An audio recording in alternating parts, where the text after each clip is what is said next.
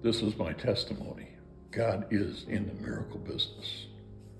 My journey starts in September of 2021 when we were on a road trip to my sister's house to be there for her daughter's wedding, and my steering kept going to the right, unintentionally, but my wife kept correcting me, saying, "You're steering to the right."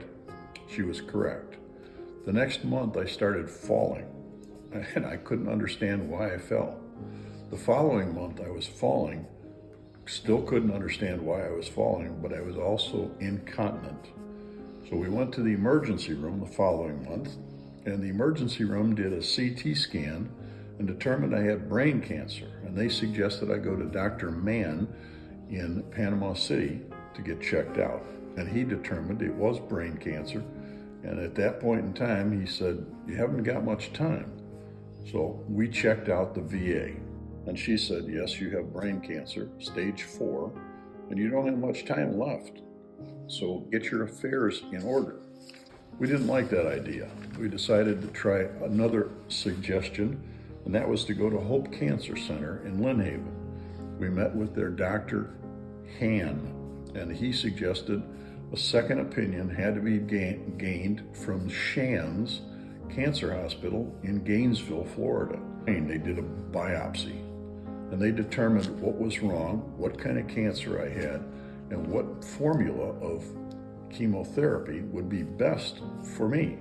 And they started me on chemotherapy. At that point, I did 8 sessions of chemotherapy over the course of the next several months, one about every 10 days. And at that point in time, they did an MRI.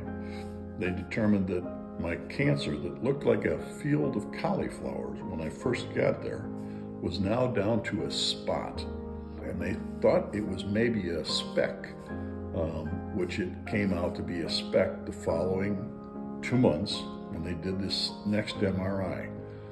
At that point, they declared that I was probably cured of it, but they would continue to do MRIs every 3rd month from then on, just to check to make sure that nothing came back. I just want to say, if you have cancer, first things first, get everybody you know and everybody that they know to start praying for you, because God is in the miracle business. I'm proof of that. 3 people said I had so much brain cancer, it was cauliflower field. I'm now without brain cancer. That's a miracle. That's a miracle because they told me I should go home and start writing out my wills and testaments.